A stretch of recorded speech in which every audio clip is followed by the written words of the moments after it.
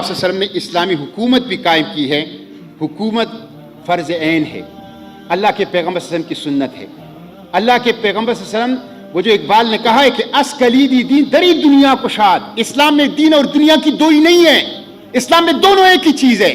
یہاں وہ چیز نہیں ہے کہ جو پوپ کا ہے وہ پوپ کو دو اور جو بادشاہ کا ہے وہ بادشاہ کا. یہاں نہ کوئی چیز بادشاہ کا ہے اور نہ پوپ کا ہے, یہاں سب کچھ اللہ کا ہے. اس لیے کوئی دوئی اور کوئی تقسیم دین اور دنیا کا یہاں پہ نہیں ہے.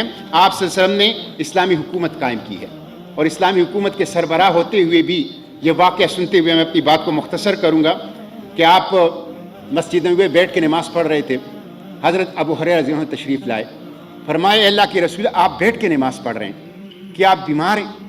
اللہ کے پیغمبر صلی اللہ علیہ وسلم نے جواب دیا, فرمایا کہ نہیں ابو ہریرہ, بیمار نہیں ہوں, بھوک ہے, بھوک, اور بھوک کی وجہ سے میری جسم کے اندر اتنی سخت نہیں ہے کہ میں کھڑے ہو کے نماز پڑھوں. ابو ہریرہ رونے لگے. اللہ کے پیغمبر سے فرمایا ابو ہریرہ نہ رو, جو لوگ اس دنیا کے اندر اللہ کی رضا کے لیے بھوک برداشت کریں گے, حشر کے میدان میں حشر کی سختیاں ان کو کچھ نہیں کہے گی, اس لیے رو نہیں. یہ سربراہ مملکت تک تاریخ نگار لکھتے ہیں کہ منوں کے حساب سے چاندی آتا تھا, اسے ظہر اور عصر کے درمیان میں تقسیم کر دیا جائے. سیروں کے حساب سے سونا آتا تھا, عصر اور مغرب کے درمیان درہم تھے, دینار تھے, امت کے لیے تھی, ذات کے لیے نہیں.